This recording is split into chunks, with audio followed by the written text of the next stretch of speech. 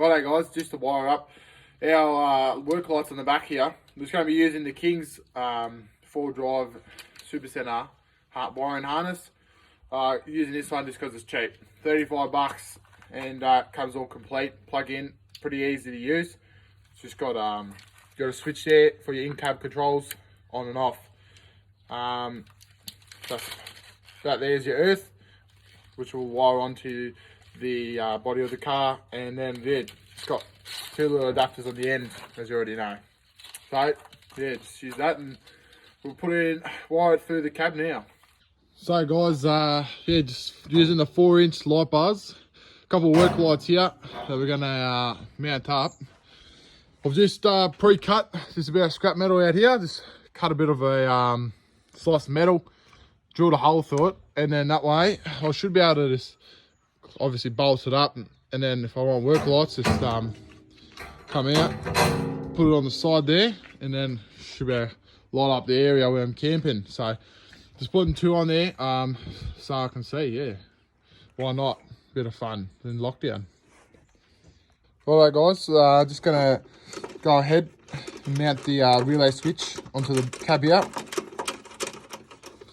So it should be alright there, I think, but we'll see how it goes before. And then yeah, it's going to run the wires through the firewall here, and just run it along the door seam, along the door here, and then I've got a bit of a socket which comes out around about there, and yeah, then I'll just run it along the chassis rail, and then up through the side of the tub and the back window here, and then yeah, just sort of run it down there nice and neat along the bars, and yeah, it should look alright and should work as well. Righto guys, just going to go ahead and start taking it off so I can run the wires in there nice and neat.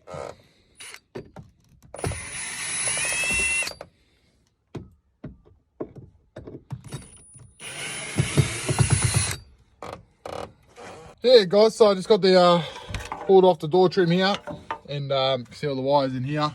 So I run it through the firewall, and then probably run it along here, and then under the floor mat is it's a bit hard to see guys, sorry. There's a bit of a plug in there. I don't know if you see that, probably not. Anyway, there's a plug right there, right in there where my finger is. So we're going to run it through there, and then I'll come out under here, under the chassis. Then I'll just run it along and up the back of the seat. Righty guys, I've just pulled the clips off the end of this, taking it off the switch, make it easier to feed through the hole there. So what I'll do, I'll go ahead and feed that through now and come through the other side. Righto guys, just fed the cables through there, to the firewall there, and turn the other side here. Now they're both coming out through there, and I've run another one through here, as you can see. Run it in there, and then run it underneath the floor there. You can probably see that's coming out there, and yeah, and then that's coming out there out of the little plug.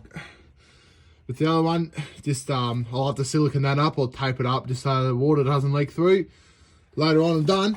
But yeah, now I'm just gonna just keep feeding it along the chassis rail here, and yeah, till it goes up there, and then yeah, go up and in between the rails. Should be sweet. Righto guys, just put the door trim back on, and we can go ahead. We'll go ahead and do them through the screws up. That's it, like that.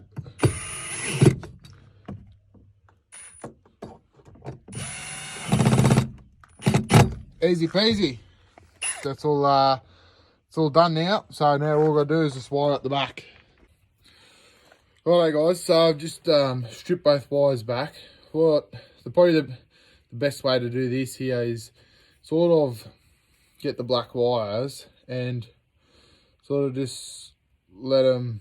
If you kind of just push them into each other, you'll kind of see they kind of just form inside each other, all like that. And then sort of once they're all intercombined, sort of just obviously do as much as you can and just twist it up real tight, right? once that's twisted up real tight, because this is going to be under the chassis rail and stuff, what I'm going to be doing is going to be getting a soldering iron and a bit of solder, and yeah, obviously just solder it on. That way it can't really come loose. If you're just going to twist it and tape it up with a lot of the vibrations, then, you know, if you're doing a bit of forward driving and that, it can come loose. So it's probably best to solder it, or maybe use like a heat shrink and yeah, obviously that way it'll join better and you won't have to worry about it coming loose, because there's nothing worse.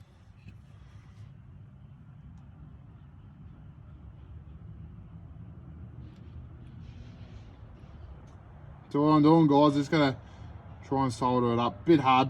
Probably should have done this on the bench, but anyways, it'll be alright. So yeah, just done a bit of soldering and should be alright now. Shouldn't come loose. Rightio, guys, gone ahead and soldered up the wires now. So that should be all good, nice and safe. Just going to do the same with the other end here. The other end here, to solder it up onto this bit here. And then, yeah, that'll give me a bit more room with the plugs at the back. And should be all good, should reach. Be able to plug it in easy as.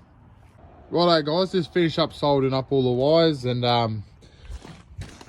soldering all the wires up there. So I've ran it up along the chassis rail and just up between the tub. So it just comes up in here, and I've just tucked the rest of the cord just in between the tub.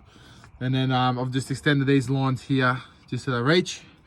Then just zip tied them on there, and come up the side there to the work lights. And I just finished connecting up the little switch here, which runs the work lights on and off, which is handy. That way I don't have to get out of the cab. And yeah, I've just hooked it up underneath to my UHF underneath. So that's all wired up, ready to go. The work lights now on the back, and we'll test them out now. It's a bit dark. And yeah, buddy, they work a treat. Quite surprised how good they actually work. So yeah, so you know, they're just wired up here. Both of them are on here, and they light up a fair bit. And they only use 1.2 amp hours, so bugger all. And yeah, sort of just put them on a bit of a swivel out here, so yeah, you can move it around the light. You can move the lights up here, just undo the bolt a bit, and then yeah, you can twist them out, and that way you can sort of light up the camp area later on when you got. But then it's on there for a bit of light when I'm reversing out there, tackling a couple of tracks at night time or when it gets a bit dark. So yeah, guys, that's it for the video. If you liked it, give it a thumbs up. Subscribe down below. Going to do a bit more content on the Lux. If you liked watching it, stick around. All right, thanks fellas.